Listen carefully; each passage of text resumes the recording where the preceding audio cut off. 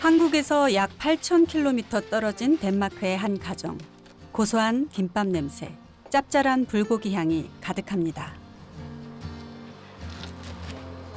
My version of bulgogi.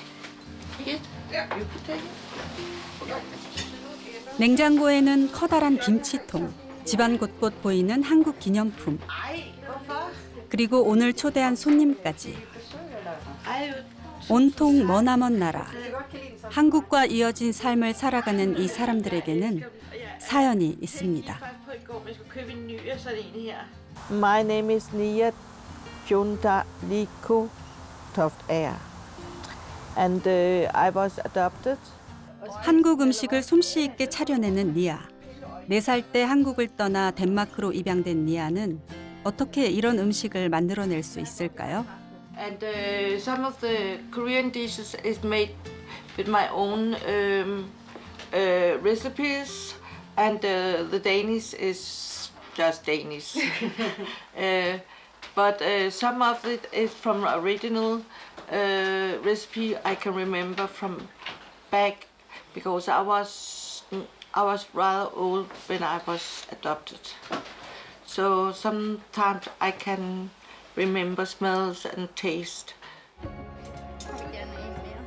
오늘 니아가 초대한 손님은 한국에서 덴마크로 온 입양인들. 자신의 분야에서 자리 잡은 이들은 인생 2막에 또 다른 도전에 나섰습니다. 과연 그 결과는 어떨까요?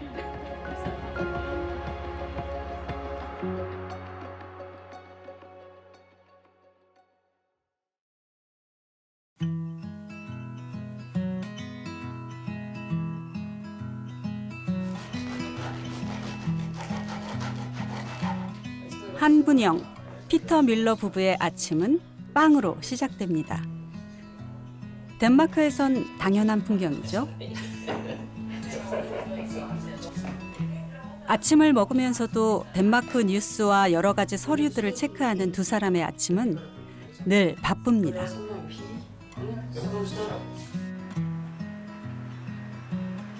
I go by bus every morning from where I live to Seoul.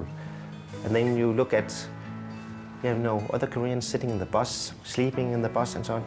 So I often think this is actually how my life would have been if I have stayed in Korea.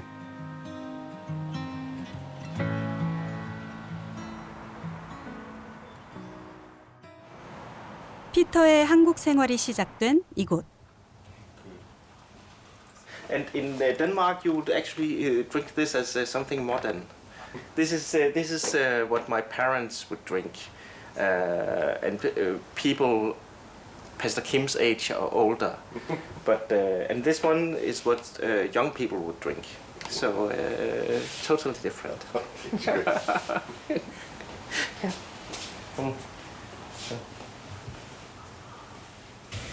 달달한 믹스커피와 달리 피터가 하는 일은 씁쓸한데요.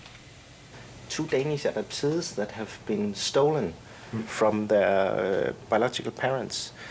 Birth clinic told the biological parents that the children were born dead, but in fact they were born alive. And we have found the perpetrator. She worked for the adoption agency. We call this kind of person, we call them child harvesters.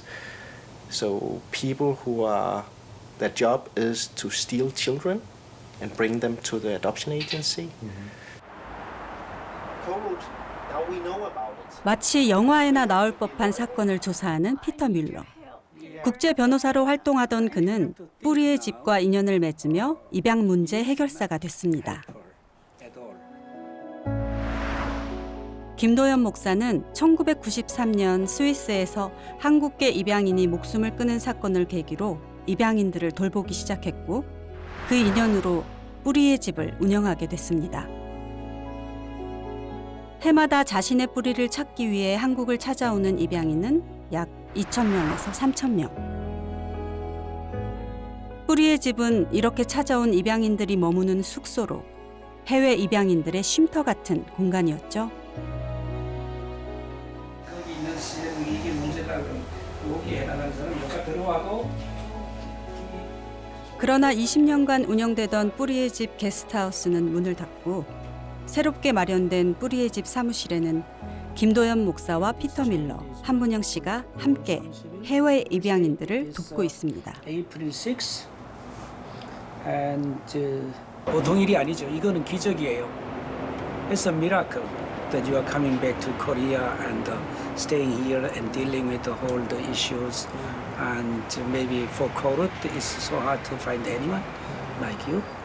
피터가 고맙죠. 예. How was your weekend? How was your weekend?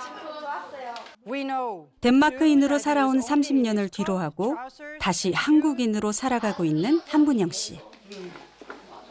I went to Korea a couple of times in the 90s, and then I kind of moved to Korea 2002 for a shorter period of time, and then I came back to Korea in 2004, and I didn't leave again.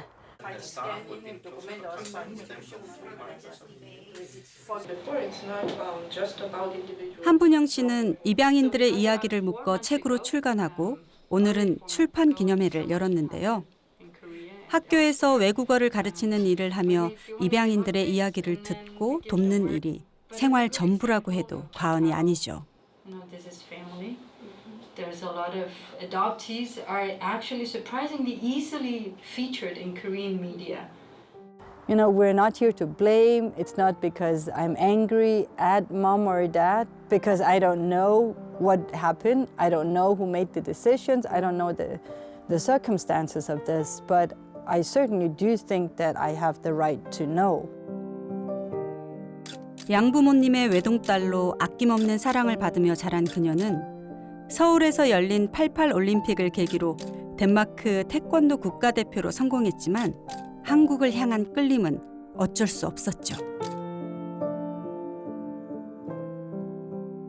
So my approach to Korea, or my reason for going to Korea, has never really been so much to find my Korean family as it has been me simply just wanted to, you know, be Korean, get to learn to Korea, get to be in Korea, experience being Korea, probably more than being Korean. 덴마크로 입양된 한국 입양인의 수는 약 9,000명. 코로나19 팬데믹이 이들을 연결하는 고리가 됐다는데요. During COVID-19, there was a lockdown in Denmark. I attended 5 online conferences and met scholars and experts. And then she asked, where are all the adoptees? And then Punyang and I, we looked at each other and said, we are the adoptees. We could actually do something. So that was the start of everything. And that was in November 2021. And at this point, there had just been a small investigation from the National Rights Commission that had looked into 10 cases, just absolutely horrible cases, with sexual abuse, with identity switching, people being kidnapped. And the logic question then was, I mean, why haven't you done anything about it? You know, why has nothing changed? In Denmark, there's a tradition. You make an organization. It's deeply founded in the Danish, I think, mentality.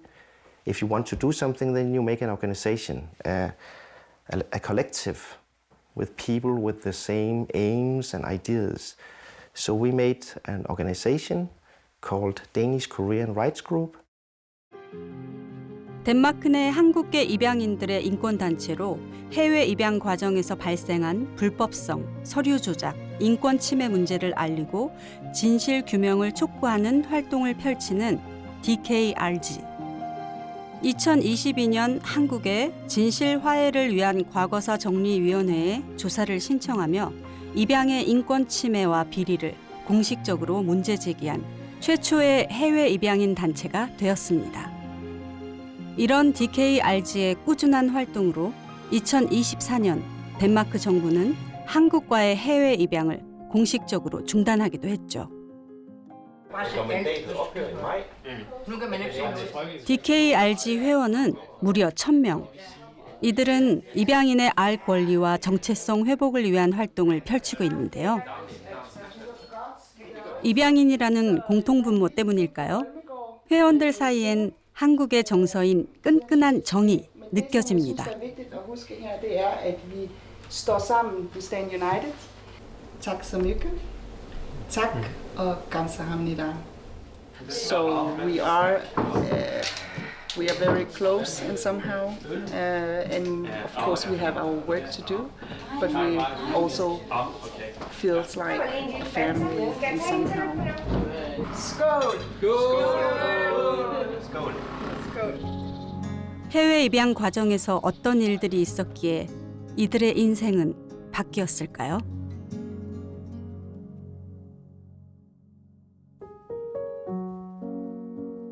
I was told, I was found in a little place in a basket from somebody that probably couldn't take care of me, and she loved that baby so much that probably she wanted to provide a better life for this baby, and she gave it up for adoption. I've been told this kind of beautiful story, and then afterwards I ended up with my parents that was so loving and caring. So this is the life and the lie that we grow up on thinking is our true identity. So learning now all these things, of course, has been very shocking.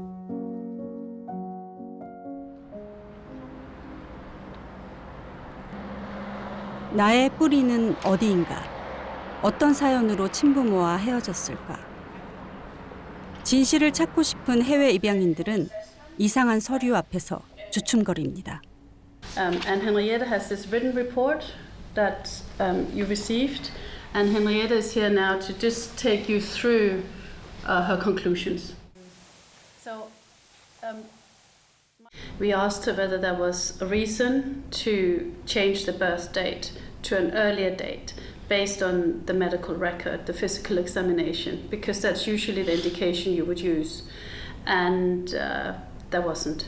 She actually said, if anything, the evidence would be that the date of the later date would be more consistent with the description of the physical examination from Korea.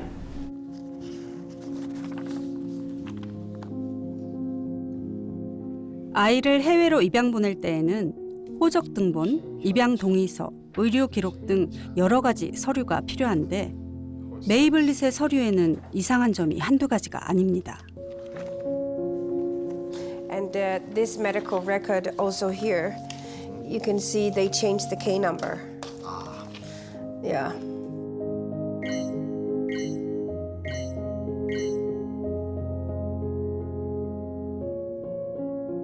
And it states that that this is a female.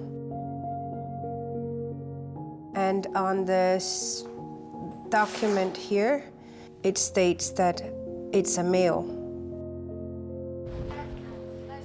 서류에 있는 어떤 내용도 믿을 수 없는 상황. 얼마나 혼란스러울까요? I was busy fitting in.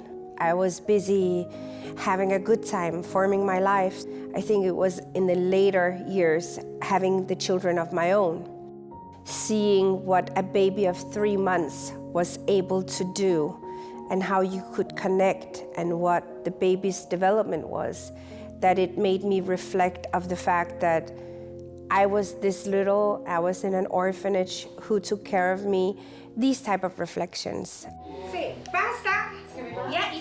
입양되어 덴마크 사람으로 살았지만 아이들이 자라는 모습을 보며 자신의 인생이 시작된 부분이 궁금해진 메이블릿. 이제 어디에서 단서를 찾을 수 있을까요? My children are half of me. They look Korean, especially the little one. She's the one most Korean of all of us.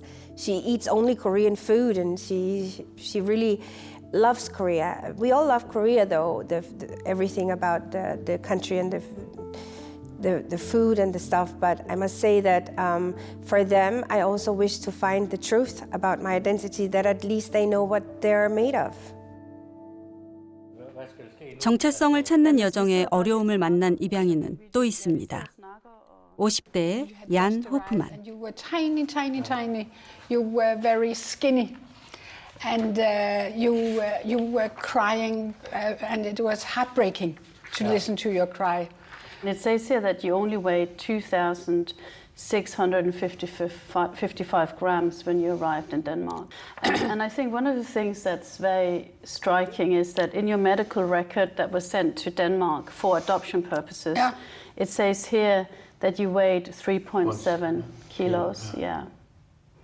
So there's no reason to think that you were really, really ill and therefore you lost all that weight and you lost the ability to suck. Yeah.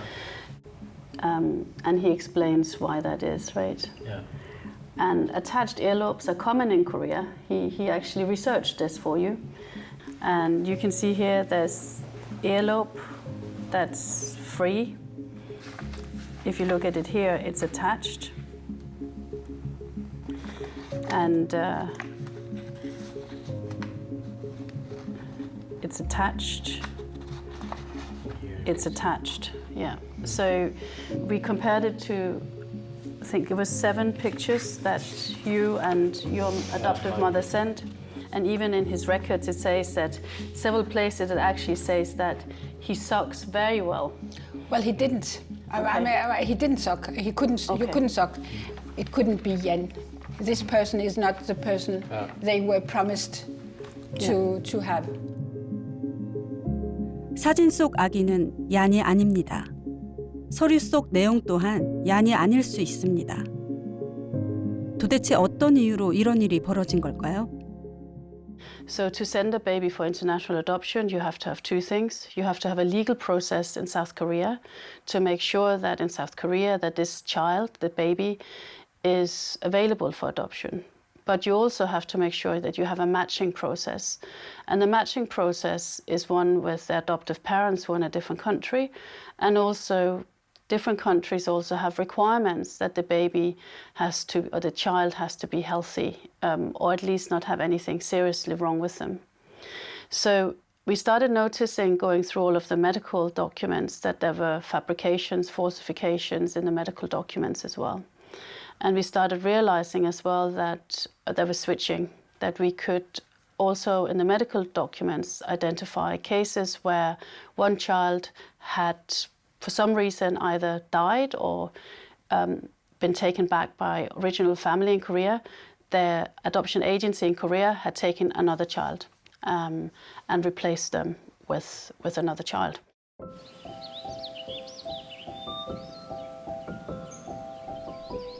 조작된 의료 기록은 더 큰 문제를 만들 수도 있습니다. 누군가 내 장애에 관한 비밀을 감춰버릴 수도 있죠. 장애를 가진 상태로 입양된 리아는 불편한 몸이 선천적인 질병 때문일 거라 믿고 살아왔습니다. 그러던 어느 날 충격적인 사실을 알게 됐죠. What is your disability? Oh, I was born with cerebral palsy. And then he said, no, you're not. Go home and make an MR scan because you're not born with this.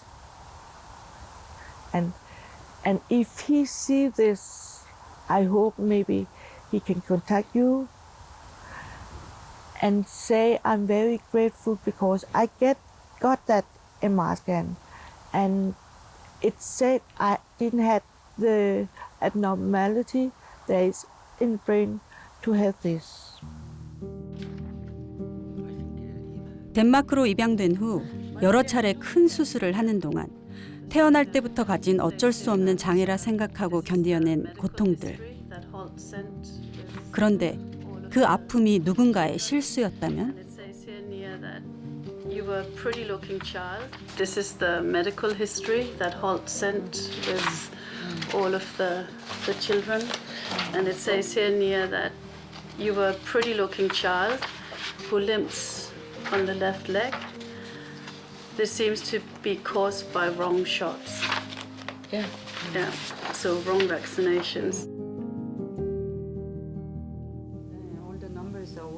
의료 기록에는 없던 비밀. 이제 서류의 내용도 믿을 수 없게 되어버렸습니다. I don't know where I have my name from. I don't know why I was disabled, but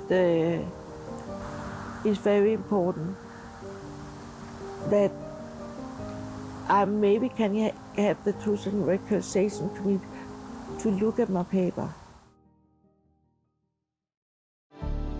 It was a Sunday in December in 2006, and it was a large envelope.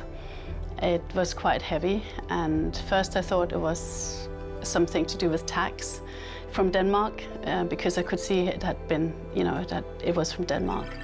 And I opened the letter, and I was shocked to read that that I had a family. And first I thought that this could not be me, because my adoption papers say I'm an orphan. So I was absolutely sure that they got the wrong adoptee, the wrong person.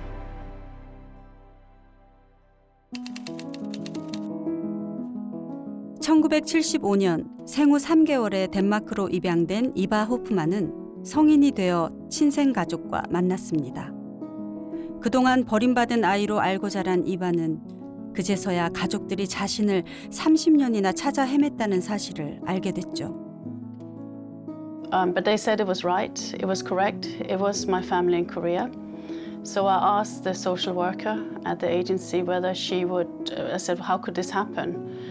And she said, well, their English was bad in Korea. So I said, well, you don't become an orphan with no records of your parents with bad English. There must be something else that's gone wrong here. And then the social worker said, well, sometimes they got the paperwork mixed up.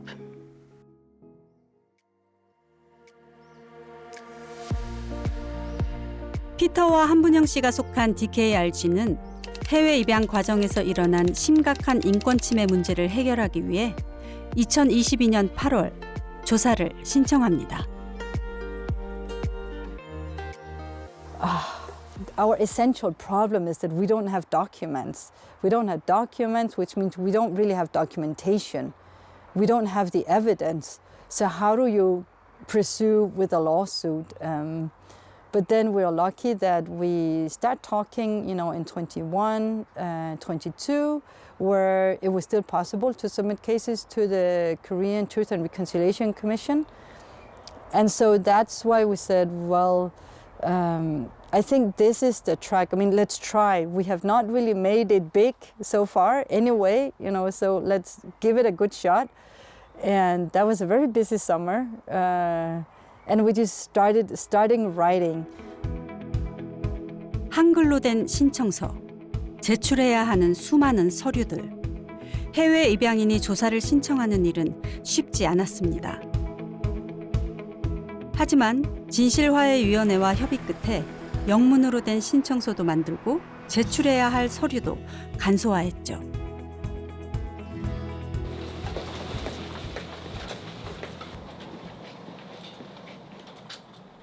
해외 입양에 관한 조사는 신청인들이 해외에 거주하는 경우가 많아서 모든 신청인을 만나지는 못합니다. 이렇게 직접 찾아오는 입양인은 직접 진술을 듣기도 합니다. I thought you were the fifth floor. 죄송합니다. It's okay, it's okay.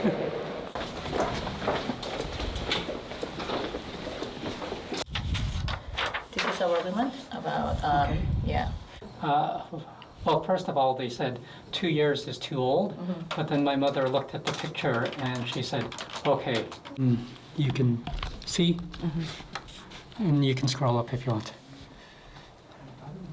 Or any other donations? 보통 이제 자신의 입양 기록이 허위로 작성된 것 같다, 아니면 친생 가족을 만나는데 친생 가족이 말한 이야기와 내 입양 문서에 있는 이야기가 다르다 해가지고 이제 이런 입양 과정에서 인권 침해 사건을 조사해 달라고 하시는 분들이 있었고, 이 입양에 대한 트라우마가 좀 많이 있으셔가지고 저희 진술 조사를 하실 때 좀 많이 어려워하시는 분들도 많이 계세요.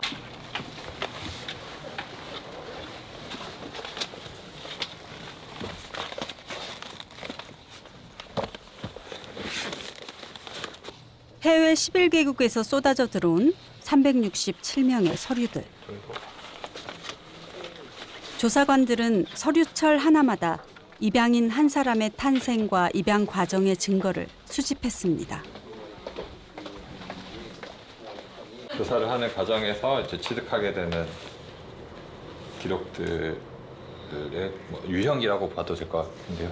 이거는 보시다시피 이제 사건 번호를 가지고 이제 개인별로 사건 번호가 다 따로 부여가 돼요. 신청인 분들은 이 자료들이 어쨌든 거짓이 많다고 말씀을 많이 하세요. 그 말이 어쨌든 저는 사실에 가깝다고 생각을 하는데 이 중에서도 일부 사실에 가까운 기록들이 존재합니다. 분명히 있죠. 이 중에서 이제 친생 부모님들에 대한 기록이 선뜻 언뜻 나타나기도 합니다. 네, 정도. 창고에 잠들어 있던 서류들이 세상으로 나오며 진실을 얘기하는데요. 이거는 이제 국가기록원에 보관되어 있는 정부의 문서들이에요. 이거는 보건사회부에서 회의했던 자료들이에요. 80년대 초반에 70년대 말부터 이런 자료들. 1970년, 79년까지 10년지. 통계 같은 것도 네. 있었어요. 맞아요. 이제 시도별로 카운트를 했더라고요. 진짜 많다. 네. 집으로 돌려보낸 경우, 아니면 그냥 수용시설에 보낸 경우, 입양 위탁한 경우, 도망, 사망도 있죠. 이제 뭐 이런 것들이 있는데 이러한 조치들을 취할 수 있는데 나중에는 거의 다 해외 입양만 보냈다는 거죠. 입양 위탁은 거의 입양 아니에요? 맞아요. 이거 사실 근데 최종적인 것은 아니고 시설로 갔다가도 시설에서 또 입양되고 그런 애들이 아동들이 있으니까 사실 이제 지금 운영되고 있는 정부 부처에서 갖고 있는 자료는 거의 없고요. 그래서 이제 뭐 정부의 책임이나 전체적으로 어떤 일이 일어나는지를 그래도 그런 부분은 그래도 좀 충실하게 다룰 수 있었는데 개개인에 대한 부분들은 편차도 너무 크고 기록도 너무너무 없어가지고 저희가 사실은 저희가 원하는 만큼 혹은 신청인들이 원하는 만큼 충분히 다룰 수 없었던 것이 아쉬웠고요.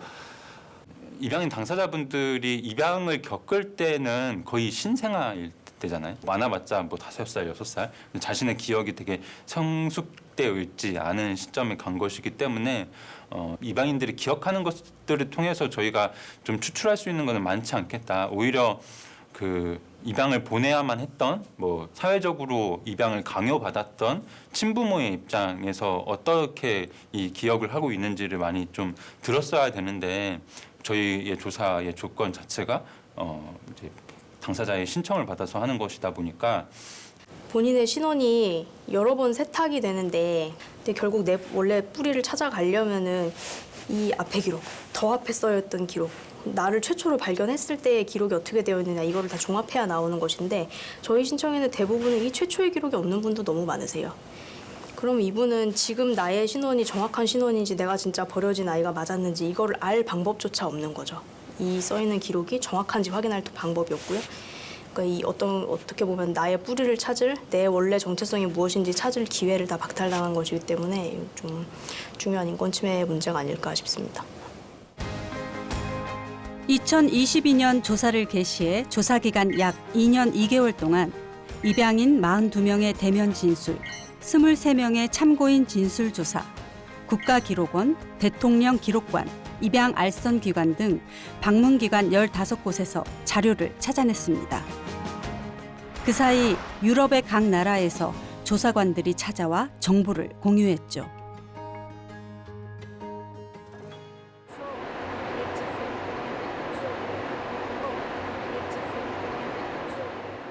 진실화해위원회의 조사가 진행 중이지만 피터와 한분영 씨도 조사를 멈추지 않습니다. 오늘의 목적지는 대구의 보호시설들. 불법적인 입양 사실이 드러나도 그와 관련된 서류를 찾는 것은 쉽지 않습니다. 근데 그 외적인 거는 예를 들어 요즘에 이제 부모 자식 간에도 이거를 저희가 함부로 뭐 드릴 수는 없거든요. 그래서 왜냐하면 본인 동의를 받은 사항이 아니기 때문에. 그래서 그런 부분들은 저희가 지금 뭐 드릴 수 있는 뭐 설명드릴 수 안내드릴 수 있는 이게 저희가 다고요. 네. Yeah. It would make no sense to.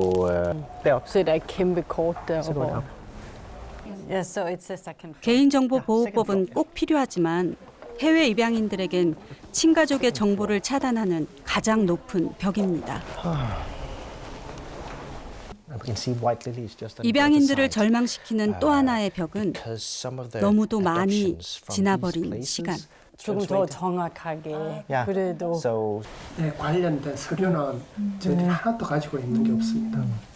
저희 수녀님들이 이렇게 케어를 했던 그런 분들의 하면서 그리고 아시다시피 이것이 뭐 입양인 전체 뭐 이런 거는 아니고 저도 솔직히 저는 이제 사회복지사도 아니고 제가 수녀 그 클로즈했기 때문에 기관이 기관이 그런 거기 때문에 사실 지금 오셨는데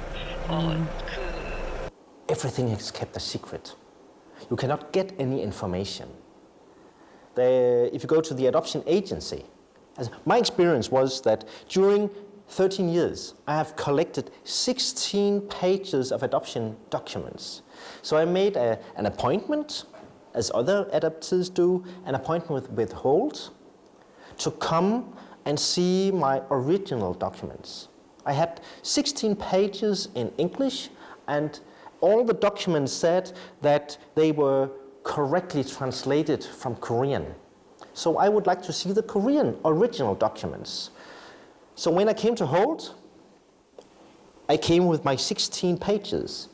They had 5 pages.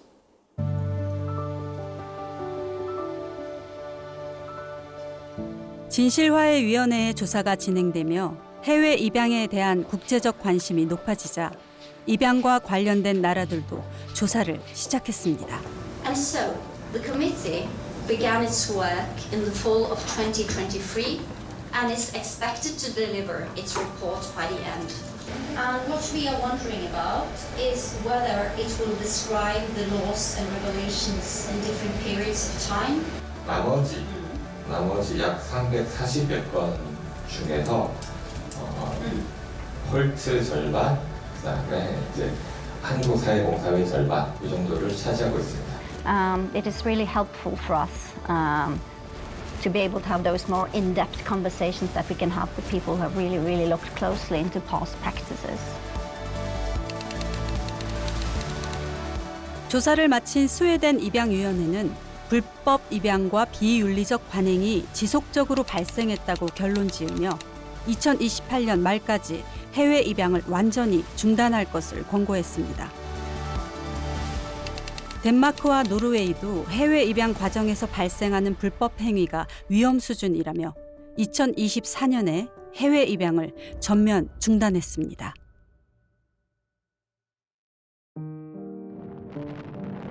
해외 입양에 불법적인 방법이 동원된 이유는 뭘까요? 해외 입양의 시작점은 한국 전쟁입니다. 전쟁 한가운데서 세상에 나온 아이들. 한국에서 환영받지 못한 혼혈 아이들은 미국으로 보내졌고 미국인들은 신의 뜻에 따르기 위해 아이들을 입양했죠. 이때 해외 입양 붐을 일으킨 사람이 있습니다. 입양계의 대부 해리 홀트. 8명의 혼혈 아이를 입양하며 유행을 만들어냈고 미국 부모들은 너도 나도 한국 아이들을 양자로 받아들였습니다. 그 결과 미국에 입양된 아이들은 공식적인 숫자만 10만 명. 그 뒤를 이어 프랑스, 덴마크, 스웨덴 등 유럽 국가들까지 더하면 14만 명. 비공식적으로는 20만 명이 넘습니다.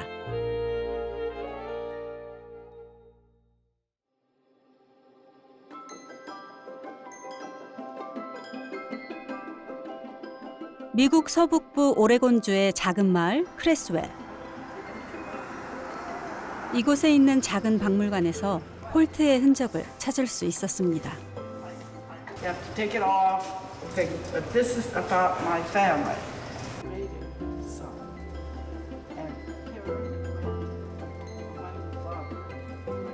I'm Suzanne Peterson. I was born Suzanne Holt. I was the fourth daughter in a row.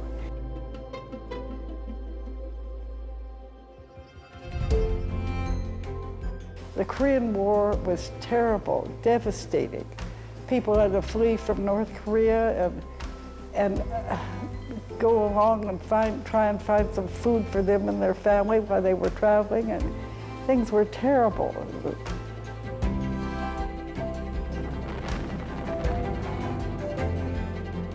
부모님을 따라 한국에 왔다가 전쟁의 참상을 목격한 수잔 홀트. 특히 미군과 한국인 사이에서 태어난 혼혈 아이들은 미국인들의 관심을 받았습니다. And my parents signed up to support children, and they thought and prayed that God would have them to do something. They had been doing that, and then they began to think seriously themselves of not only just supporting children, but having more.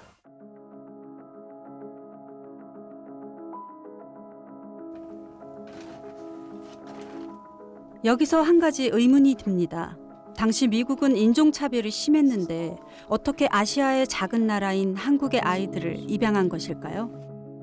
After World War II, there was some international adoption to the United States, but it wasn't systematic. It was very kind of scattered and improvised.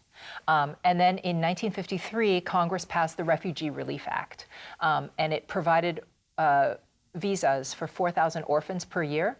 And it was important because in the 1950s, the United States still had an immigration system in place where race mattered, if you were white or black or Asian or what country you came from.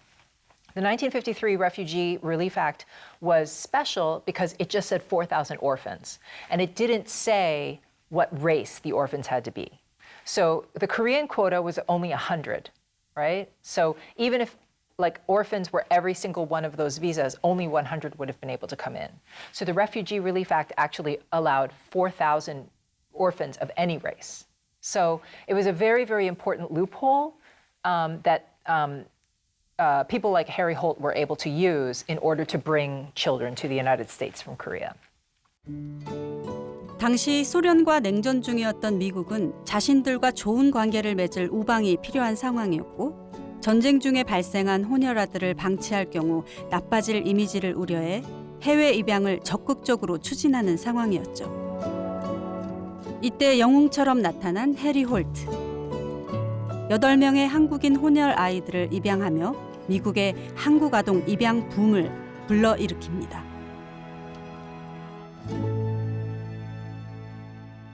He implemented two changes that were very important for international adoption. First of all, he used proxy adoption. So American parents in the United States could give him power of attorney, and so he could, in Korea, he or somebody else from his agency could adopt a child in the name of the parents who were in the United States. So that was much faster and it was cheaper than going through a traditional social work agency. That was the first thing. The second thing was that he brought children over on chartered flights. So he would bring, sort of 50 or 60 of them at a time. And he would bring them to an airport in Seattle, San Francisco, somewhere on the West Coast, Oregon. And then the parents could come there to meet their child. So that also saved them money and time because then they didn't have to go to Korea to pick up the child. So those were the two kind of major innovations that he introduced. 이렇게 만들어진 해외 입양이라는 드라마는 미국과 한국 정부의 합동작품이었습니다.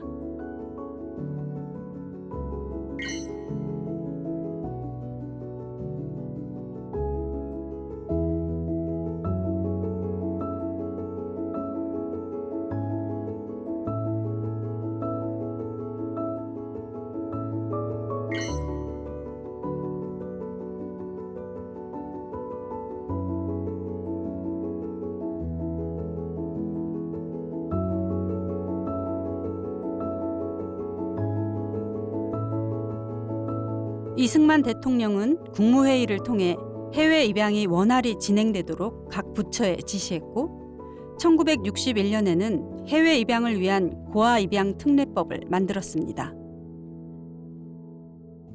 그렇게 두 나라의 이해관계로 만들어진 해외 입양 시장에서 그 피해는 고스란히 입양인들의 몫일 수밖에 없었습니다.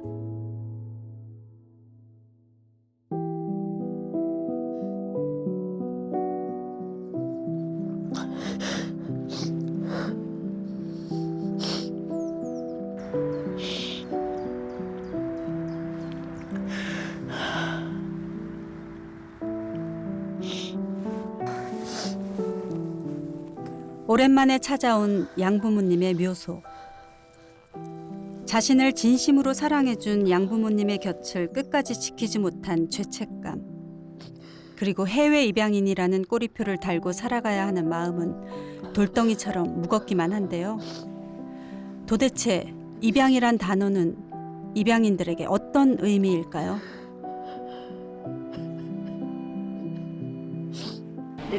There's no doubt that you are kind of a hybrid. I think adoptees have always known that we are a bit of a mix and can feel like an elephant in a glass door. Or there is, I think from our early childhood, there will be a little bit of awkwardness. There's not a lot of Koreans in Denmark, so it's been difficult to really find anyone that maybe resemble yourself. Det har været en af de konsekvenser, det har haft at være adopteret, at man bliver sendt over på den anden side af jorden til nogle mennesker, man ikke ligner, og dybest set ikke kan relatere sig til. Og det har helt sikkert en konsekvens og en betydning for, hvordan man kommer til at vokse op, og for den person, man ender med at blive formet til. Det har det. Il y avait quelque chose qui manquait probablement, qui a manqué durant toute ma vie. C'était des explications, mais j'en étais pas vraiment consciente.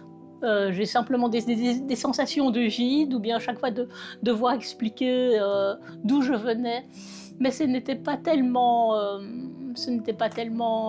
fort. J'étais un petit peu à part. Si on met un groupe, j'étais là.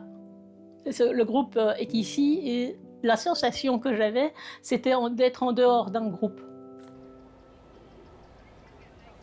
예술과 패션의 나라 프랑스. 유럽에서 한국 아동을 가장 많이 입양한 나라라는 사실을 아는 사람은 드물죠.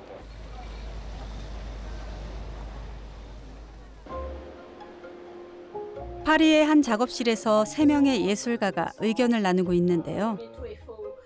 이들은 모두 한국에서 온 입양인입니다. Moi, c'est ce que j'ai dit à Patrick. Tu vois, par exemple, par rapport à cette question de date, il n'a pas sa date de naissance. Je lui dis, écoute, tu choisis ta date. Ils t'ont fait un acte. Oui, c'est ça. Tu choisis ta naissance. Comme Kimura a choisi son... Ce que vous aviez choisi, je pense, tous les deux, c'était ça.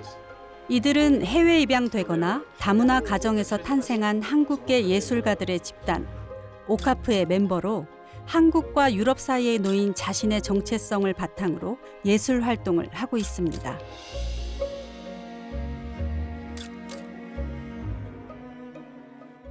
Quand j'ai rencontré les membres d'OCAP, j'étais déjà établi dans ces réflexions de recréer un lien avec cette communauté des enfants adoptés.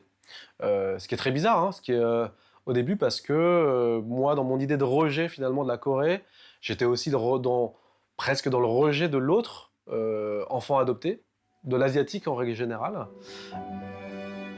프랑스로 입양되면서 정산돌에서 줄리앙 헤이가 된 이 사진 작가는 입양과 가족을 주제로 작품 활동 중인데요.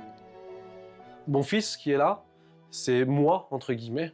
Et ça, c'est mon dossier d'adoption que je présente, ouvert avec toutes les informations. Ça, c'est la photo que mes parents ont reçue.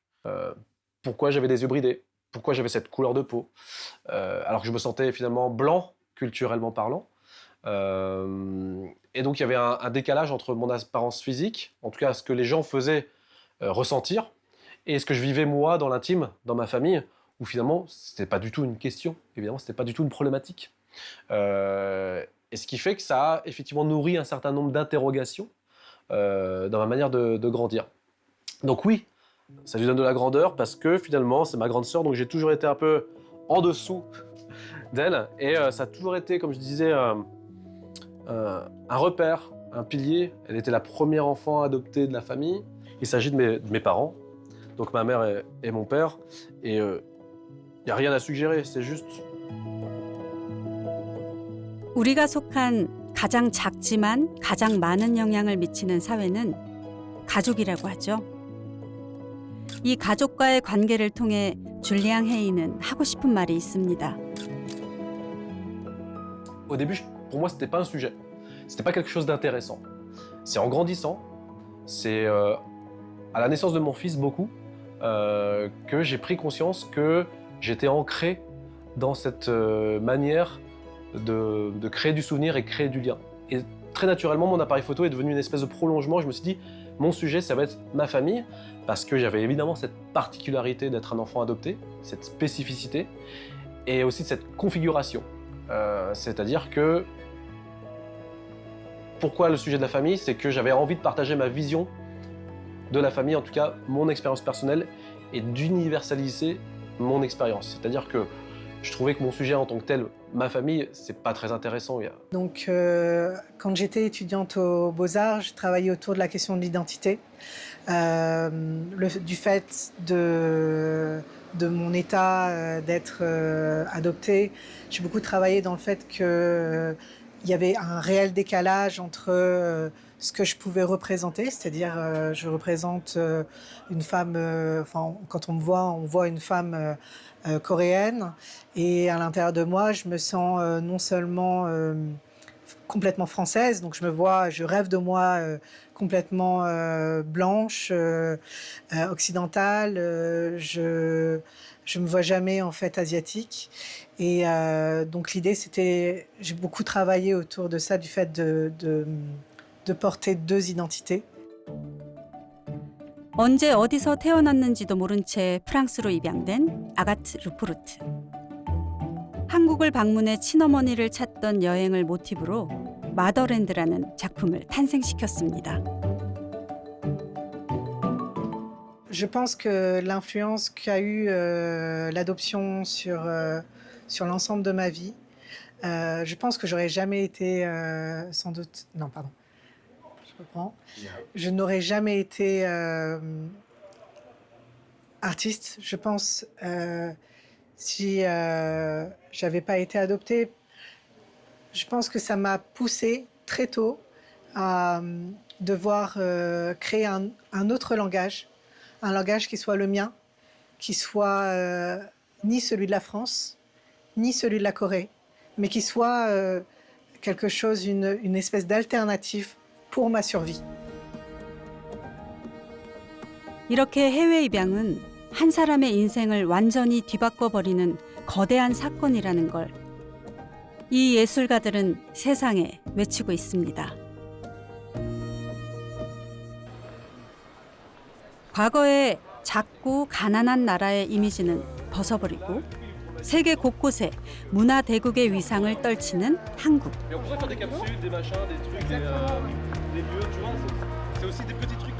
어느 나라를 가든 한국의 음식을 경험할 수 있을 정도인데요. 3명의 예술가들은 한국의 빙수를 먹어보려 합니다. Je pensais avoir pris un verre, mais je sais pas si.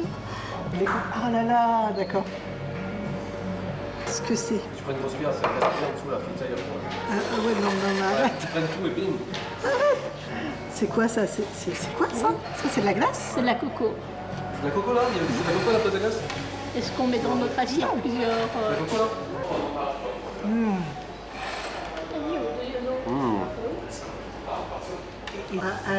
I tried, you know, the little cake, the traditional cake, Korean traditional cake, but I never hear about that.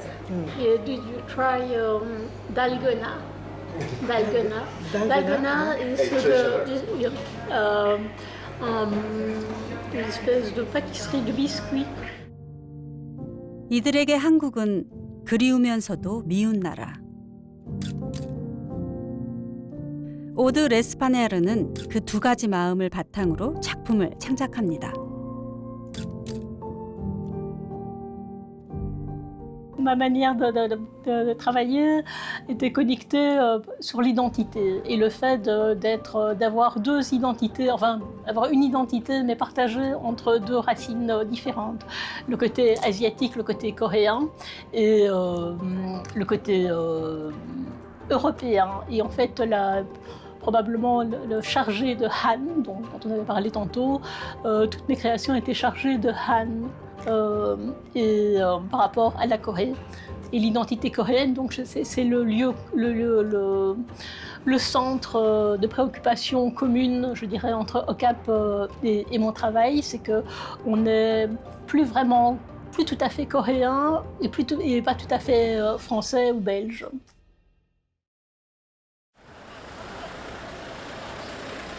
드디어 해외 입양에 대한 조사가 끝나고 그 결과를 소위원회에서 심의합니다.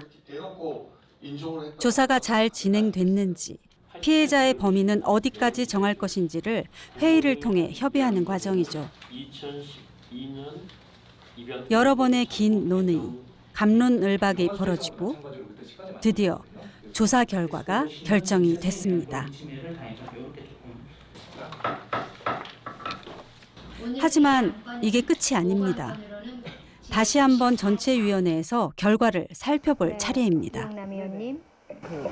담당 조사님 고생 너무 많으셨습니다. 참 읽으면서도 참담한 기분이 드는데 입양 부모로부터 신체적인 학대를 받았다는 게 공통적인 견해지 않습니까? 그죠? 이소희 때 제가 그 공고 사양에 전면 실태 조사가 좀 있으면 좋겠다라고 제가 의견을 드렸고 위원회 회의에서 가장 첨예하게 의견이 대립된 부분은 자료가 없는 입양인들을 피해자로 인정할 것인가, 또 하나는 국가에게 책임이 있는가였는데요. 각각 행위의 불자적인 요소뿐만 아니라 뿌리에 대한 알 권리가 침해된 부분이 있기 때문에 그냥 추정에 의해서 그냥 국가 권리나 인권 침해 이렇게 하는 거기 때문에 위법인지는 사법부에서 판단하는 걸로 하고 다만 저희가 여태까지 해외입양에 대해서 너무 등한시역이고 위원들의 팽팽한 의견 대립은 좁혀질 줄 모르고 열띤 토론이 계속되는 회의장. 과연 해외 입양 인권 침해 조사의 결과는 어떻게 나왔을까요? 75년 전 전쟁의 포화 속에서 부모를 잃고 거리를 헤매던 고아들이 참전 용사와 선교사들의 도움으로 1명, 2명 해외로 나가기 시작한 이후에 어느새 14만 명이 해외 입양되었습니다. 그 과정에서 여러 가지 법적 정책적 문제점이 드러났습니다. 입양되어 나간 어린이는 물론이고 생모 등 부모들의 권리를 침해하는 등 있어서는 안 될 여러 가지 다층적인 권리 침해 현상이 드러나기 시작을 했습니다.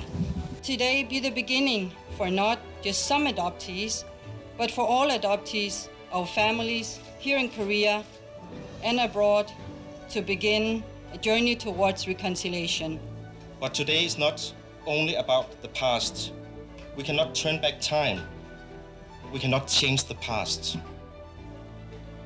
But we can change the future and we can change the now. 존경하는 진학 조사관님들, 존경하는 진학 의원님들, 7가지 공고 사항이 너그럽게 공평하게 다시 검토해 주시길 바랍니다. 11살 나이에 실종되어 소아 성애자한테 입양이 되어 사람 입장에서는 공고들이 너무나 실망스럽습니다. 제 입양은 범죄입니다. 이건 나쁜 수 없습니다. 우리들은 국가의 인사입니다.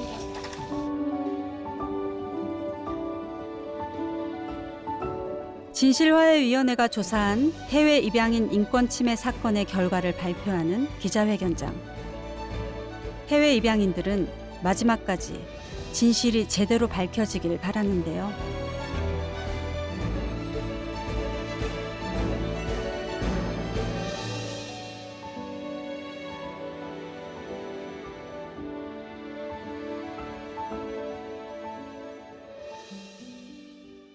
해외 입양 알선 위원으로서 그리고 입양 부모로부터 받는 어떤 기부금이나 아니면 다른 어떤 지원, 즉 외부의 지원금에 의존할 수밖에 없게 되고요. 또는 후견인의 동의가 필요하므로 입양을 의뢰하는 사람이 신생 부모가 맞는지 또는 적법한 후견인이 해당하는지를 확인해야 합니다. 그러나 실제로는 이를 입증할 서류도 없이 양부모의 수요에 맞춰 아동을 공급한다는 목적하에 입양이 이루어졌었습니다. 신청인 367명 중 56명에 대해 인권 침해 사실이 밝혀졌습니다. I'm extremely happy that the Commission make an overall decision on human rights violations and even call it they even call it unconstitutional. 한 10,000걸음 걸어야 되는데 1,000걸음 정도 내디뎠다라고 하는 점에서는 긍정적인 사인이라고 저는 생각해요. Even though we didn't get truth in that many cases, you know, the next chapter is about reconciliation. So that's where we kind of go from now.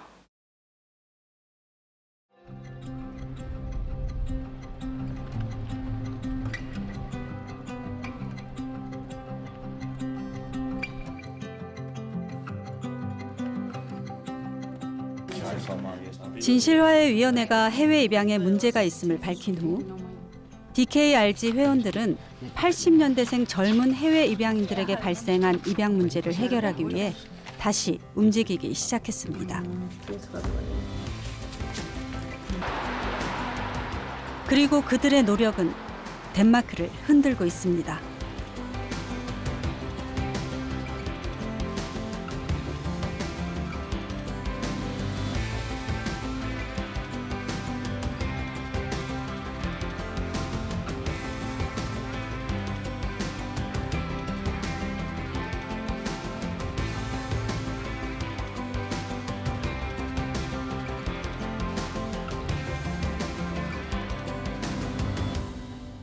Jamen, jeg blev først opmærksom på det dengang, da DKRG henvendte sig til mig og gjorde opmærksom på, at der var en problemstilling. Og i starten var jeg lidt tvivlende over for, om det virkelig kunne passe, det de gjorde opmærksom på. Men gennem samtaler med dem blev jeg klar over, at det her det var en alvorlig problemstilling, og at vi i Danmark havde et enormt internationalt ansvar, og at det var en problemstilling, som i den grad var underbelyst, og at der manglede anerkendelse af den skæbne, som de adopterede har været udsat for. Vi har en bred forståelse på tværs af partierne her i Danmark om, at der er foregået ulovligheder. Spørgsmålet er mere, hvad vi skal gøre ved den viden, og der er vi en lille smule uenige med regeringspartierne, mens resten af oppositionen egentlig står samlet på, at vi ønsker det her undersøgt til bundsgående og juridisk. Og det kan jeg godt forstå, fordi jeg kan næsten ikke forestille mig noget mere traumatiserende, end hvis det er sådan, at man ikke er den, man troede, man var. Hvis det er sådan, at man finder ud af, at man er stjålet, eller har fået en falsk identitet, eller der dokumenterne er blevet lavet forkert i en sag. Altså at skulle til at bearbejde det er en ting. Noget andet er forældrene. Altså forældre, der finder ud af, at jeg har et levende barn derude, eller mit barn bliver taget fra mig, de leder jo efter barnet resten af deres liv. Det vil jeg også gøre, det vil du også gøre. Alle vil. Det gør man som forældre. Så det er jo en kæmpemæssig tragedie, som kræver, at vi viser respekt nu, og retssikkerhed, og håndterer det retssikkerhedsmæssigt korrekt. Det lød som om, det var noget senest givet hende betændelse eller sådan noget. How long did you prepare this project? How long? 1 year at least. Yes. Yeah. 1 year? Yeah.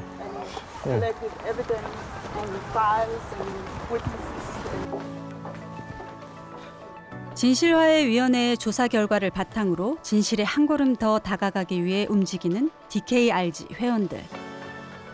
아이들이 덴마크로 강제 입양된 사실을 바탕으로 그 일에 연루된 입양기관을 공식적으로 gods했습니다.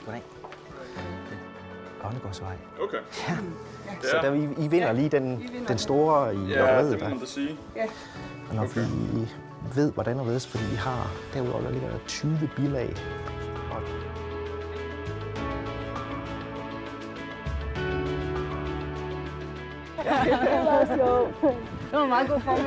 오늘의 이 행동은 불법을 저지른 입양기관을 경찰에 고소한 세계 최초의 사례로 기록될 것입니다.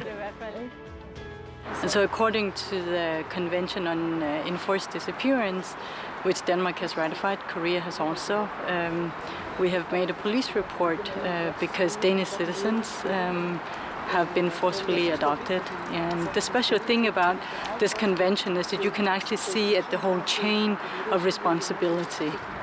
So we know that it started in Korea, and then for some it ended in Denmark.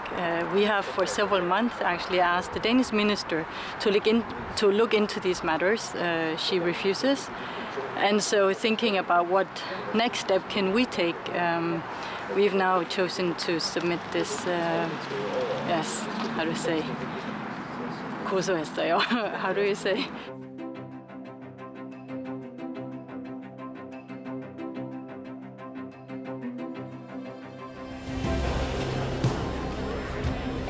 덴마크 코펜하겐의 한 식당에 DKRG 회원들이 모였습니다. 오늘 모인 인원은 약 100여 명.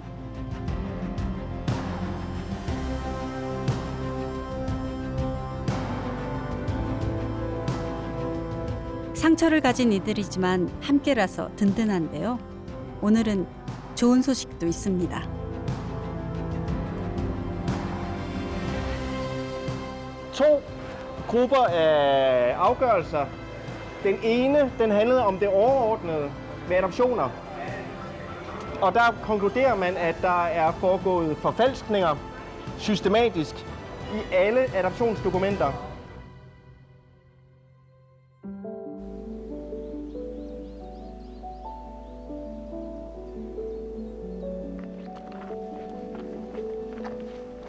그림 같은 프랑스의 산속 마을이 고향인 마이떼 마음. 프랑스에 입양된 어머니에게서 태어난 입양인 이세입니다. 한국의 뿌리와 연결되고 싶지만 그렇지 못하면서 느끼는 결핍과 거리감을 영화와 다큐멘터리로 제작하는 감독이죠.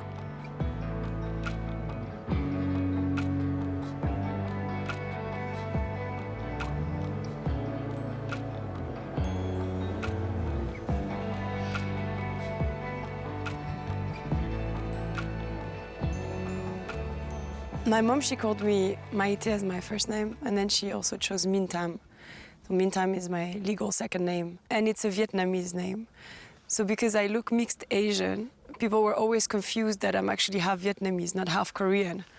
And I always asked my mom, why did you call me Minh Tam? And actually, it was a girl she met when she was a child.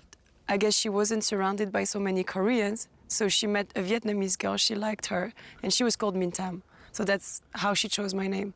But for me, it became so stereotypical of how my mom relates to her identity. So she doesn't really, or she did not really feel Korean, so she gave me a Vietnamese name. So I think it's so funny. So on my way, like rediscovering my roots and reconnecting to Korea, I thought I wanted to have a Korean name. So I chose Maum because Maite means the beloved one.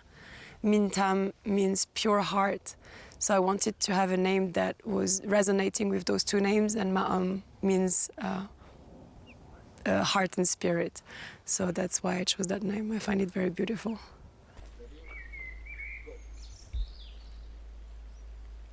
입양과 관련된 자신의 의견을 펼치는 활동가로서도 일하는 마이떼 마음. 요즘에는 입양인 이세인 자신의 이야기를 담은 다큐멘터리를 구상하는 중입니다. And that's me. So I just chose a small selection that you see my evolution.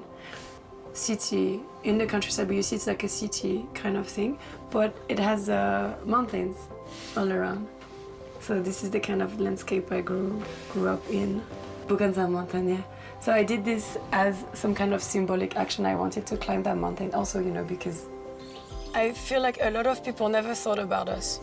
They thought somehow we didn't exist.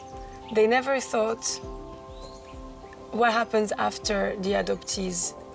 And I think it relates very much to the fact that they also, like, you know, Korea sent all of these children away. First of all, they, like these children, I mean the adoptees, and then they never expected them to return.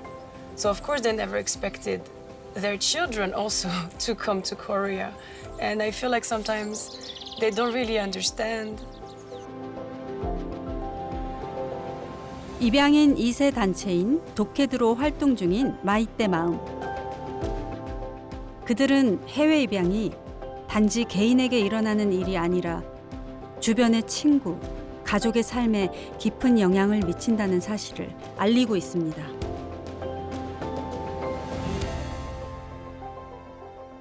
There has been such a strong storytelling for many, many decades that we send their children away so they get a better life. And then the problem caused by adoptees who return, and that I think the problem caused by the children of the adoptees who return, the descendants, is that suddenly it's breaking the narrative. Because suddenly Koreans, they start to think, was it really better if they come back? You know, was it really in the best interest of the child? So I think the mere fact that we are here coming back is kind of shattering that story, and I think that's where it's very interesting for us to have a conversation, but that's also very triggering for sometimes Korean people I meet.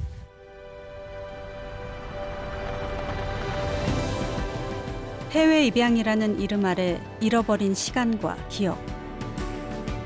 그러나 이제 이들의 목소리는 진실을 향해 나아가 화해와 회복을 원하고 있습니다. 한국 입양인들이 세계 각국으로 흩어진 지 70년. 이제 그들이 잃어버린 진실을 찾아 돌아오고 있습니다. 한 사람의 인생을 송두리째 바꿔버린 해외 입양. 그 무거운 역사 앞에서 우리는 어떤 미래를 만들어갈 수 있을까요? 잃어버린 생일을 되찾는 여정은 아직 끝나지 않았습니다. 이제 화해와 연대의 이름으로 그들의 새로운 이야기가 시작됩니다.